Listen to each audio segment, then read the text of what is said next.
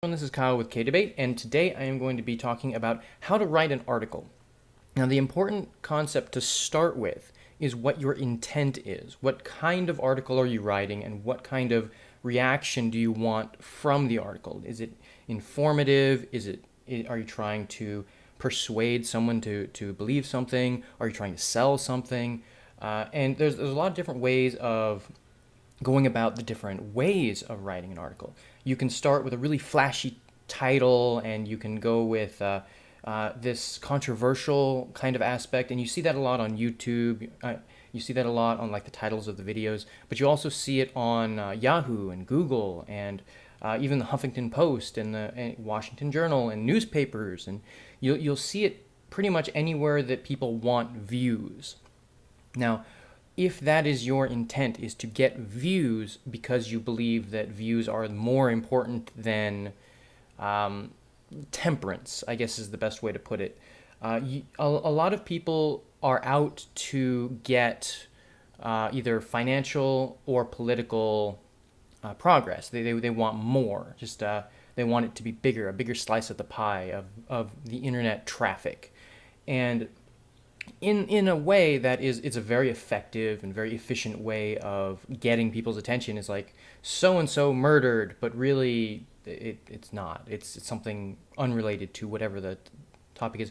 And when like places like cracked.com, they used to be really good about that. They used to have a very mild or factual titles, and now a lot of people have been noticing, myself included, that a lot of their titles are they're very click on this, click on, this is very controversial, you have to see this, and it's called clickbait. And I disagree with that premise. I disagree with that as a media tool. I believe that it's manipulative. It's not lying outright usually, but it's a tactic that I believe undermines what the media is supposed to do. And I know that these are not, the media, but it's a place that people get information from, so it should be held to a higher standard, and they should hold themselves to a higher standard. Now, they might fall behind because of not doing that, because other places do that. But I believe that credibility is much more important than popularity. Now, again, that depends on your intent and why you're doing something.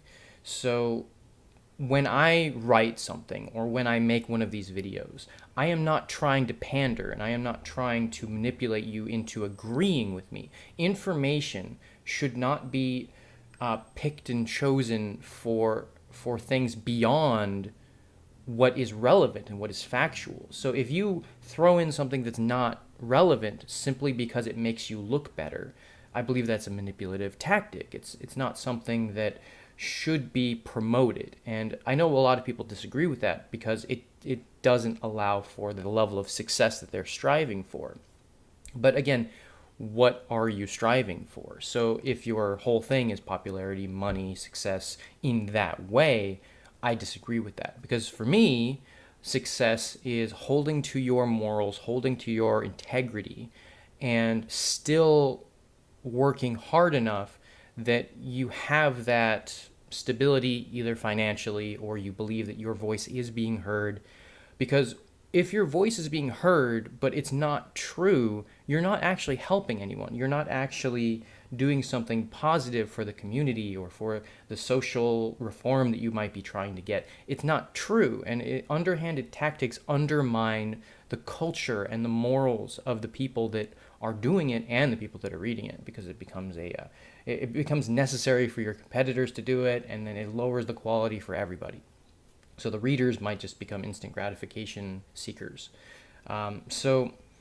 Well, I do believe that a well-written article needs advertisement. It needs, this kind of transparency, this ability to be seen. I know transparency is not, it's opaqueness, but a lot of people use it in different ways. So I mean, it's being able to see inside of it and seeing what it is, but also being able to see it in general. If you post something on YouTube, you'll get no views unless it has some kind of advertising to it, people linking to it. And that in itself is another aspect that is completely fine. You can advertise anything as long as you're being truthful, as long as you're saying, hey, if you're interested in this topic, here is an article on that topic. It's well informed, it's articulate, it's concise, it's not too wordy, it's not too pandery.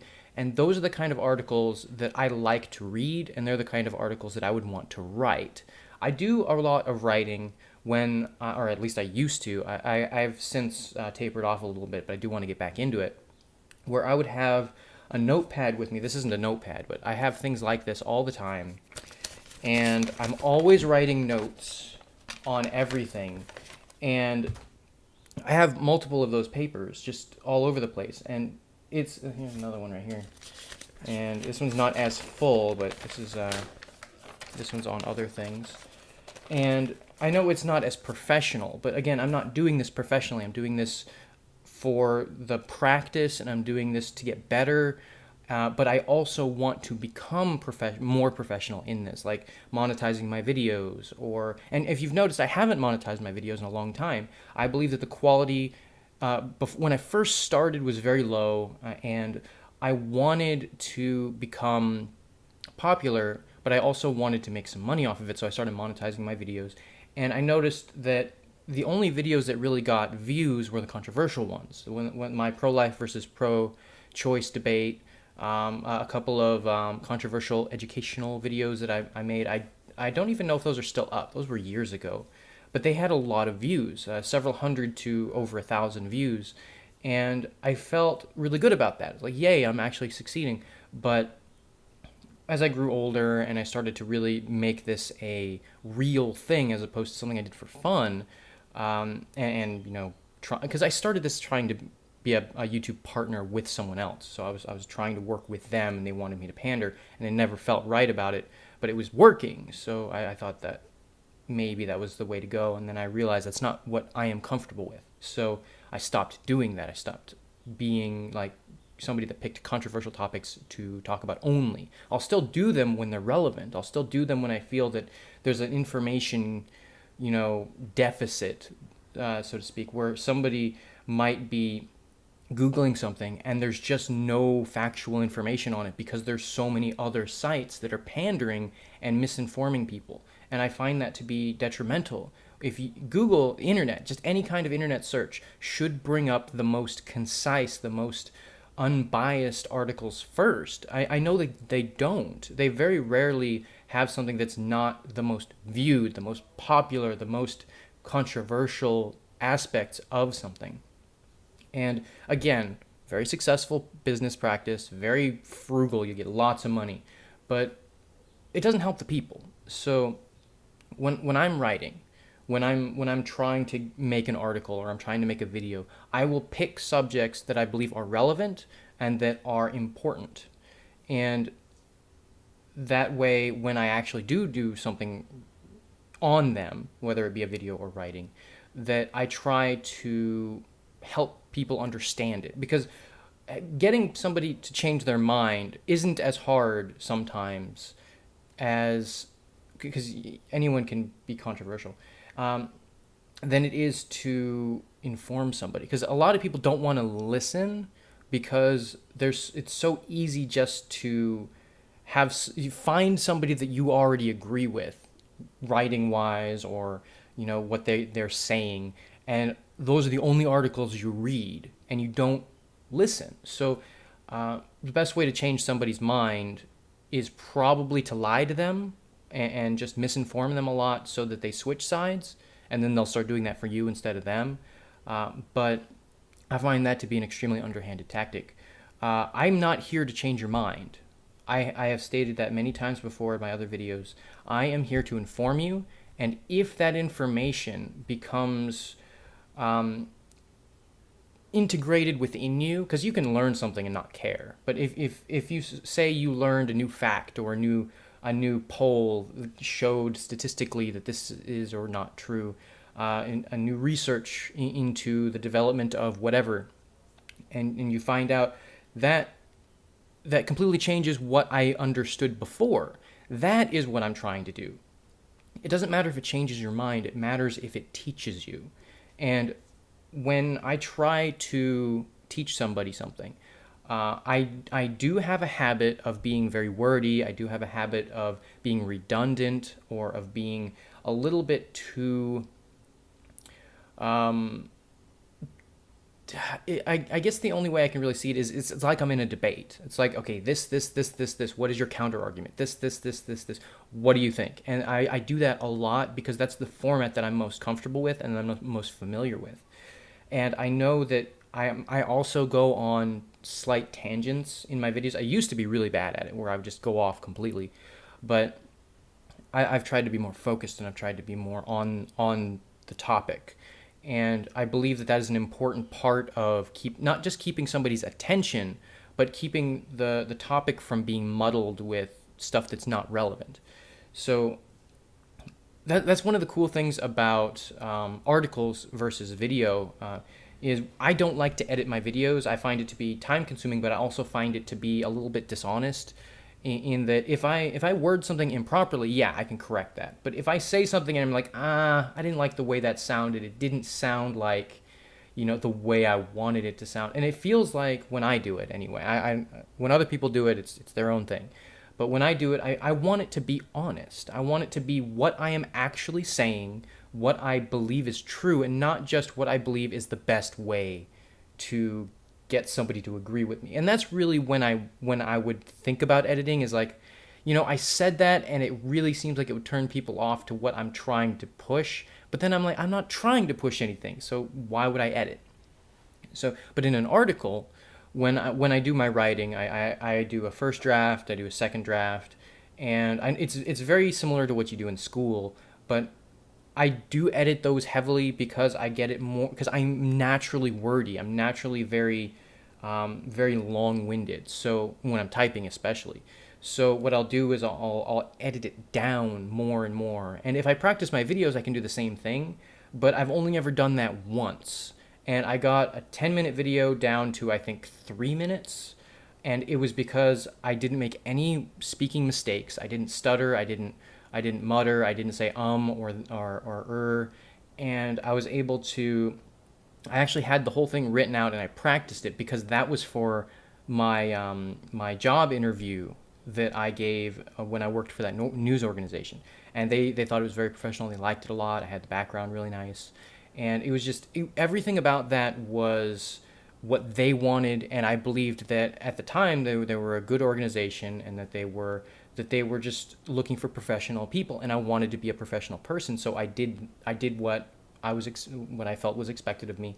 And then it turned out they didn't want fact. They wanted opinion polls. They wanted opinion articles that were controversial, that were as damaging to the side they disagreed with as possible, panderers. And when I confronted them about that, it's like you're changing my articles, you're changing what I'm writing.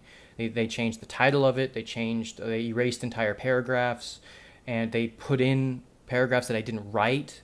And when I confronted them about that, they pretty much said, "Who do you think you are?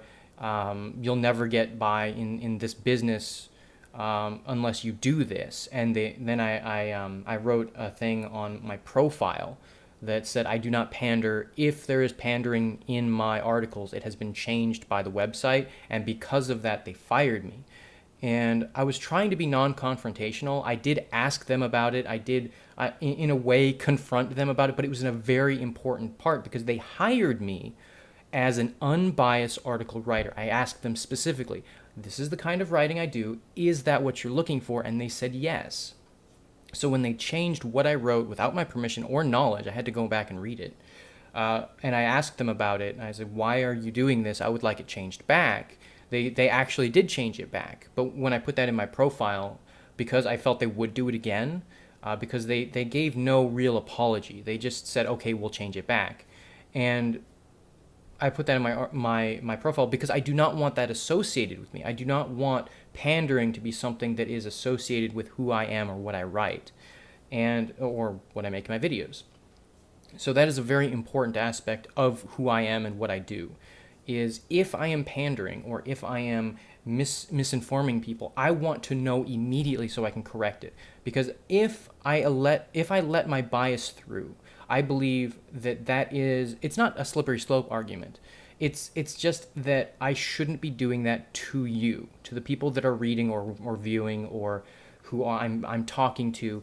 And I want to be called out on it so I can better myself, so I can become a better writer, so I can become more objective, so I can become a better informer, somebody that teaches instead of tries to persuade. I'm not selling something. I'm trying to give you information so that you can come to your own conclusions and build your own knowledge base from it. I believe that's what the news is supposed to be. I believe that's what articles are supposed to be. You can have an opinion piece, but you have to say it's an opinion piece. And I won't really write them. I mean, I can, and if I'm hired for that, of course, I'll do that. But when I'm hired for an objective information position and then they change it, I will have issues with that. So when I am employed by somebody, I will request a very explicit view of what my job application, what my job position is. Like, what are my roles? What are my goals? What am I supposed to be doing here? And they'll give me the list because obviously it's a business. But then when they start asking me to do things that aren't within that, I'll start questioning it because that's not why I was hired. And I've actually had a lot of problem with people doing that because they try to slip in more and more and more. And I understand that that's how you become higher up. You get a better position. But that again is not what I was hired for. So if I do want to do more and progress more, which I invariably do, I will say that. But when I'm just starting out and then you dump like 5 or 6 different things on me that I didn't sign up for and that were never said, I will ask why. And then if they say it's for this reason, okay, yeah, I'll do that. But sometimes I don't have the time or I don't have the inclination. I was this will be the last point about what kind of, and I know this is a little off topic, but I'm actually making this video for 2 reasons. I'm making this video, and this is going into something else. I'm making this video because I'm applying for a position. And I wanted to explain myself why I would be doing this, why I would be writing articles, and how I would be writing articles. And I want to explain a little bit about my history with it because I don't really have a job application history, like thing that I can give them because I've only ever been hired 2 times for something related to this. Technically 3, but that was when I was still a teenager. That was when I very first opened my YouTube channel. I believe I was 19. But the very first job I ever had, it was a pandering job, and I did not like it. The second job I had was with a news organization website, and I made a video on it. I'll link it in the description below. But the third time I was hired, it was by my landlord, and he wanted to make a YouTube channel devoted to political, it wasn't satire, but it was a politically based puppet show thing. And he was going to make the puppets, he was going to hire puppeteers and actors, and whether I was the writer. I wrote 15 episodes. It was either 12 or 15. I don't remember how many. It was a lot. Full things. All the dialogue, where they were going to be, what they were going to do. He said they were wonderful, they were the best, and he never got it off the ground. And he ended up changing, like, he took my first one, the first episode that I wrote, and he's like, this is the best thing ever, whatever. And after months and months of him not doing his part, he started asking me to, for one thing, change the script, which was fine. I changed the script like a dozen times because he kept wanting to add things to it. But then he started asking me, hey, can you help me make the puppets? It's like, okay, I'll help you make the puppets. Can you help me, advertise the thing? Okay, I'll help you advertise the thing. Can you help me pay for things? I'm like, wait, pay for things? I'm your writer. Like, you were the one that said you were going to supply the materials, and he did. But I was paying for the puppets. I was making the puppets. I was going to be using the puppets, and like, this is not what I signed up for. And I didn't have to pay for very much, but I wasn't willing to dump hundreds of dollars into something that I realized he was not doing. He wasn't doing anything. And all he did was rent a warehouse thing. It was a storage shed thing, and put everything in there, and then nothing else happened. And I spent 100 hours almost working with him, writing, helping him build stuff, But when I was helping him build stuff, he took breaks a lot, and it wasn't a professional atmosphere. And I require a professional atmosphere when I'm working with somebody because I want them to put the same dedication that I do. So I know this is a very long-winded way of saying all of the things I'm trying to say. And this is one of the problems I have with being long-winded. And if I had the option, I would probably cut the last 5 minutes of this. But I want people to understand who I am and where I'm coming from. So I won't edit this. And so to the people or person or entity that I am applying for at this point, I won't say who it is because I don't believe that's professional to do. This is the kind of stuff I would do. This would be a first draft in an article. And this would not be the final cut of a video if I was making one, because obviously this has gone off onto other subjects. But the first about the first 10 to 15 minutes are actually what a video of what I would make for whatever you would be making. Because you said you had a website. If you want videos, this is the kind of video I can make. If you want articles, I have a few of them written out already. Because again, I do this with my paperwork, but this isn't an article. This is just random writing. And when I'm actually writing an article, because I used to do it for fun. I used to write a lot of things for fun, and those are second drafts. A final draft would be something along the lines of what I wrote for the website. And I wonder if I still have that actually. I might link you to that article, and I think that's what I'll do. I'll show you what the most professional I can be is. And I know this is about 2 years old. It's going to be about 2 years old, so I've gotten a little bit better since then. But I hope that this is informative. I hope that this was entertaining for you, and I hope to see you in the next video. And peace.